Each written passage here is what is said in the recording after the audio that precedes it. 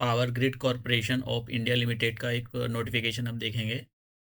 उस नोटिफिकेशन के अंदर जूनियर टेक्नीशियन ट्रेनी के लिए 203 वैकेंसी निकली हुई हैं, तो उन्हीं वैकेंसी के बारे में हम देखेंगे। तो सबसे पहले आपको अपने ब्राउज़र पर लिख देना है power grid corporation of India limited. उसके बाद में ये पावर ग्रिड डॉट इन इसकी वेबसाइट है। इस पर आप जैसे ही क्लिक करोगे तो आपके सामने इसकी वेबसाइट ओपन हो जाएगी। उसके बाद में यहाँ करियर लिखा हुआ है, तो आप इस करियर पर जाओगे और यहाँ जाने के बाद इधर लिखा हुआ है ओपनिंग, जॉब अपॉर्चुनिटीज़ में ओपनिंग लिखा हुआ है, यहाँ क्लिक करोगे आप जैसे ही। तो अब यहाँ पर ये काफ़ी सारी कुछ वैकेंसी निकली हुई थी, कुछ क्लोज़ हो गई हैं, कुछ आने वाली हैं, तो उनके बारे में यहाँ पर लिखा हुआ है। तो मैं आपको नीचे आना है स्क्रॉल डाउन करके और नीचे आते जाना है। हाँ, ये लिखा हुआ है देखिए, recruitment of junior technician trainee. तो आपको इस डिटेल्ड डिटेल्ड एडवर्टाइजमेंट पर क्लिक कर देना है और जैसे ही आप इस पर क्लिक करोगे तो आपके सामने ऐसा पीडीएफ ओपन हो जाएगा। अगर आपको अप्लाई करना है तो आपको यहाँ पर पहले रजिस्टर कर वो मतलब रजिस्टर ही करना होता है। तो roll number sorry mobile number और अपना जो ईमेल आईडी होता है, कुछ बेसिक सी इन्फॉर्मेशन मांगते हैं, तो यहाँ पर डाल कर उसको फिल कर देना है। तो हम पहले देख लेते हैं कि नोटिफिकेशन में क्या है। ये देखिए, रिक सेकेंड।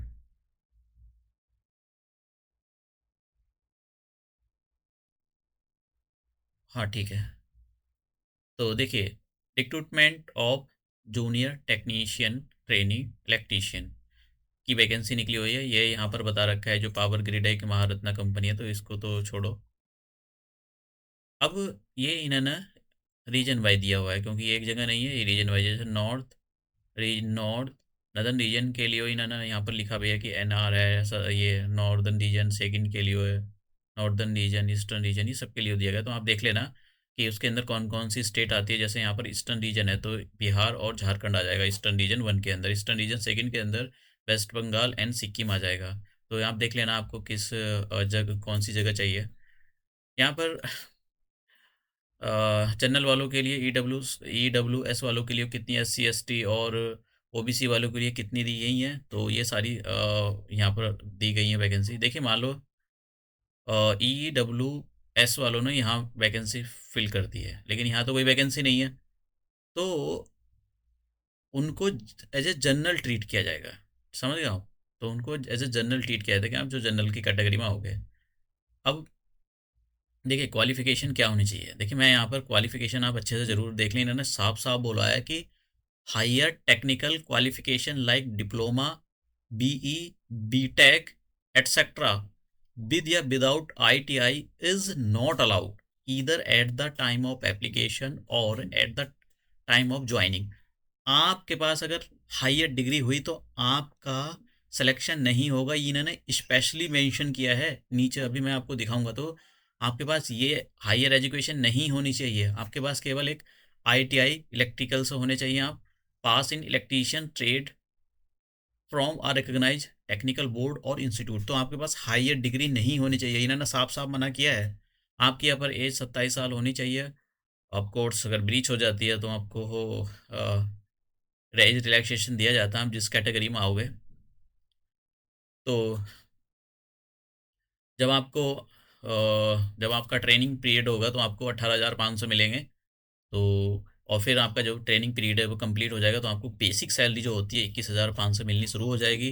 देखिए ये बेसिक सैलरी होती है, 21,000 नहीं मिलती है। मैं आपको इसमें बहुत सारे, जैसे यहाँ पर डियरनेस अलाउंसेस मिलते हैं, बहुत सारे अलाउंसेस मिलकर मतलब आप लगाओ कि इसका डबल कर दो, इतनी सैलरी मिलती है। वो धीरे धीरे धीरे धीरे बढ़ती चली जाती है। फीस अप्लाई करने की 200 रुपये है। और आप जैसे मैंने कहा कि इस वाली वेबसाइट पर जाकर आप ओपन कर दोगे, मैं इसका लिंक डाल दूंगा नीचे, आप वहाँ से भी जाकर देखिए, यहाँ से भी जाकर अप्लाई कर सकते हो। मैंने बोला कि क्लिक हेयर टू रजिस्टर और लॉग इन और अप्लाई, यहाँ पर भी जाकर आप क्लिक कर दो तो आपके सामने नया पेज ओपन हो जाएगा, फिर आप अप्लाई कर देना। अब सिलेक्शन प्रोसेस कैसे होगा? देखिए सिलेक्शन प्रोसेस आपका इन्होंने यहाँ बोला एक तो रिटर्न टेस्ट होगा कंप्यूटर बेस्ड, ठीक है। जैसे यहाँ पे लिखा है the selection process shall consist of the written test through computer based test of the eligible candidates, document verification, फिर होगा आपका ट्रेड टेस्ट होगा। ये जो ट्रेड टेस्ट होगा ना, ये क्वालिफाइंग नेचर का होगा, ठीक है। और फिर उसके बाद प्री मेडिकल एग्जामिनेशन होता है, भाई यहाँ में कोई डिसीज़ वगैरह तो नहीं है, तो बहुत सारी चीज़ों को चेक किया जाता है। कभी कभी ऐसी डिजीज़ हो जाती है कि मतलब मेडिकल टेस्ट होता है, वो अपना आप चेक करेंगे। ये जो ट्रेड टेस्ट होगा ये क्वालिफाइंग नेचर का होगा। और आपका जो देखिए, ये जो कंप्यूटर बेस्ड टेस्ट होगा इसके अंदर दो पार्ट में होगा ये। एक तो टेक्निकल क्वेश्चन पूछे जाएंगे आपको, 120 क्वेश्चन होंगे, ठीक है। और 2 घंटे का मतलब टाइम होगा इसमें टोटल। और उस दूसरा जो पार्ट होगा आपका एप्टीट्यूड टेस्ट होगा। एप्टीट्यूड टेस्ट के 50 क्वेश्चन होंगे, हर एक क्वेश्चन 1 मार्क्स का होगा। और अगर आपने गलत किया तो आपके 1/4 मार्क कट कर लिए जाएंगे।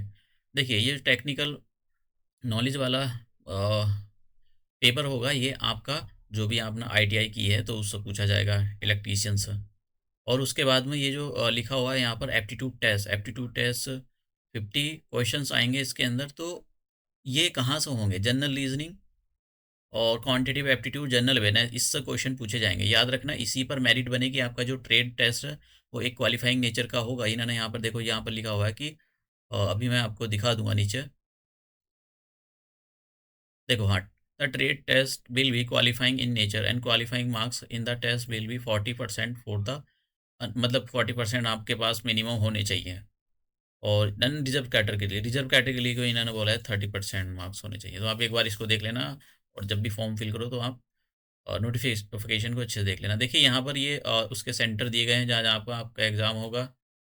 और आप जैसे मैंने कहा कि आप उसको अप्लाई कर सकते हो।